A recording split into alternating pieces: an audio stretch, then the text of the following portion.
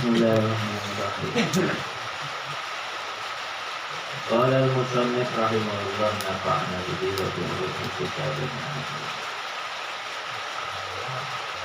Sandi kemana tadi? Lupa. Lupa. Oh, itu lupa. Oke. Kita lanjutkan adabnya berdoa. Kemarin sudah dapat satu, ada 12 angkat tangan. Yang berikutnya nomor 2, ayyakaros koda berdoa ini al-ruqat syarifah.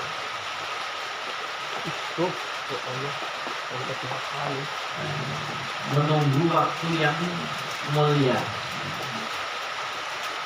Ya, waktu-waktu yang lain doa bagus, tapi kalau waktu yang mulia jangan sampai terlewatkan untuk berdoa.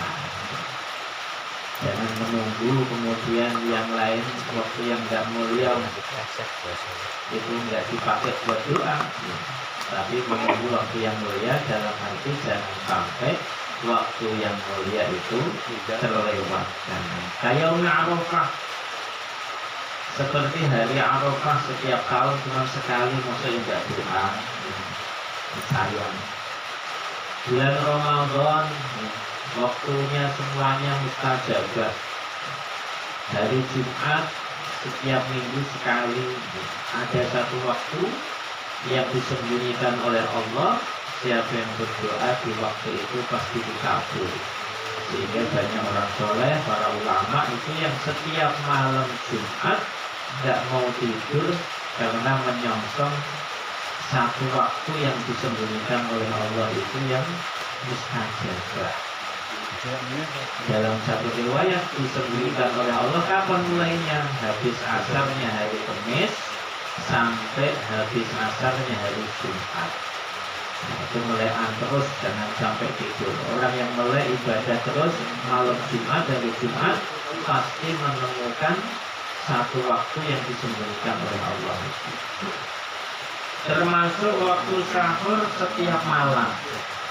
Tidak ada waktu yang mustajab. Allah mengatakan waktu asharihu yastaghfirun. Di waktu sahur mereka itu suka minta ampun. Siapa mereka? Orang beriman, para sahabat khususnya. Allah juga mengatakan yang zikirullah. Allah turun kula laila setiap malam ila sama dunia ke langit dunia. Hatta yaqul sulukul lailil akhir, sampai sepertiga akhir malam. Allah katakan di sepanjang malam sampai akhir sepertiga akhir itu apa? Man yad'uni fastajiblahu. Siapa yang berdoa kepadaku tak kabulkan. Man yas'aluni fa'u'tiyahu. Siapa yang minta tak kasih. Man yastaghfiruni fa'ughfirlahu.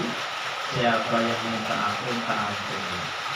Itu sampai menjelang subuh sepertiga akhir itu sudah Allah selalu mengatakan seperti itu.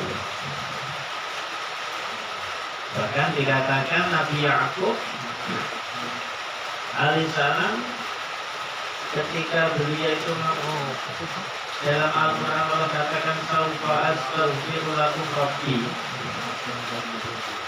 Ketika putra-putranya Nabi Ya'qub selain Nabi Yusuf Bunyamin itu menzalimi Nabi Yusuf karena berbuat dosa salah, maka Nabi Ya'qub apa? Nanti aku tak mintakan ampun untuk dosa kalian kepada Allah. Ternyata Nabi Ya'qub itu berdoanya minta ampunan untuk anak-anaknya itu di waktu sahur. Ada yang mengatakan innahu qoma fi waqti sahur yad'u wa uladu yu'minuna khalfahu. Nabi Ya'qub yang berdoa, putra-putra beliau yang mengaminkan di belakang beliau. Maka setelah itu Allah wahyukan kepada Nabi Yakub, aku telah ampuni dosanya mereka anak-anakmu, dan aku jadikan mereka semuanya nabi. Nah, ya. Hasil doanya Nabi Yakub di waktu sahur. Minta ampunan kepada Allah untuk putra-putranya diijabah oleh Allah. Tidak hanya itu, Allah tambah putra-putra Nabi Yakub semuanya jadi nabi, jumlahnya ada 11 termasuk Nabi Yusuf 12. Itu semuanya jadi nabi. Ada yang namanya Yahuda, ada yang namanya Bunyamin, Nabi Yusuf. Nah, itu semuanya jadi nabi hasil doanya Nabi Yakub. Yang kedua, ayat tamimah al-ahwal asyarifah, ngambil kesempatan keadaan yang mulia. Keadaan yang mulia itu seperti apa? Inna Abu Hurairah beliau mengatakan, Inna Abu bersama tukau yang belajar disuku fisabilillah.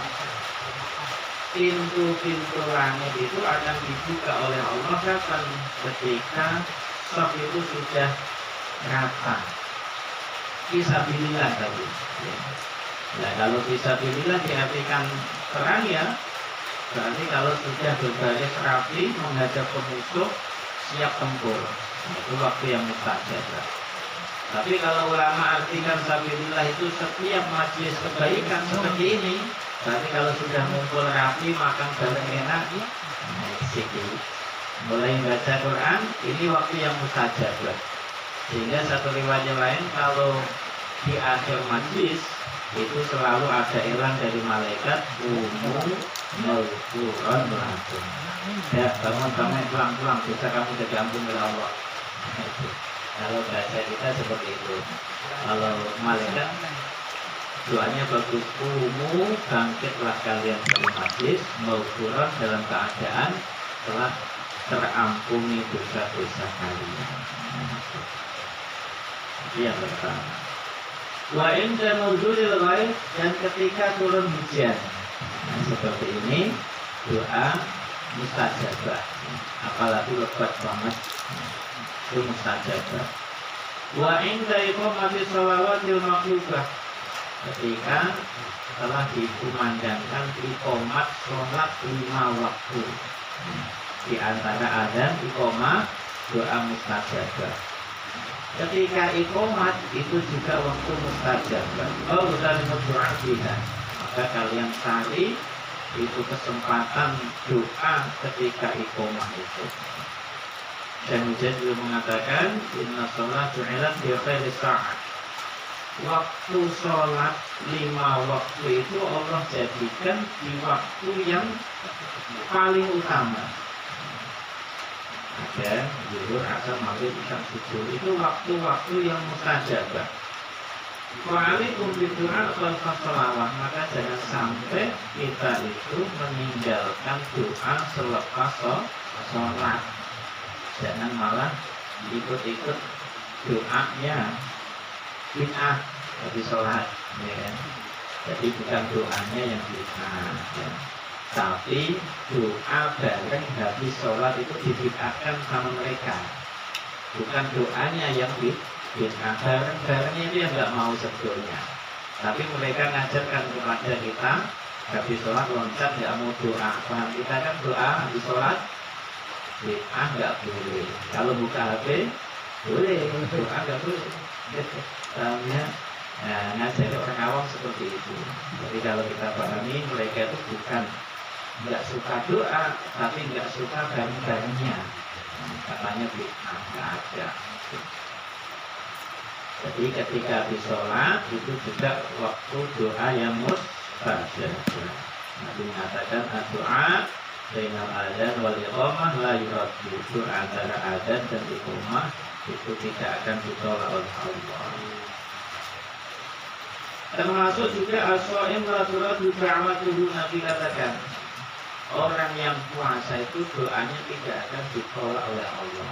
Waktu puasa dengan demikian Daud itu doanya makbul, apalagi lebih-lebih ketika waktu berbuka. Nah, ini waktu-waktu ataukah keadaan yang mulia yang harus kita utamakan untuk berdoa.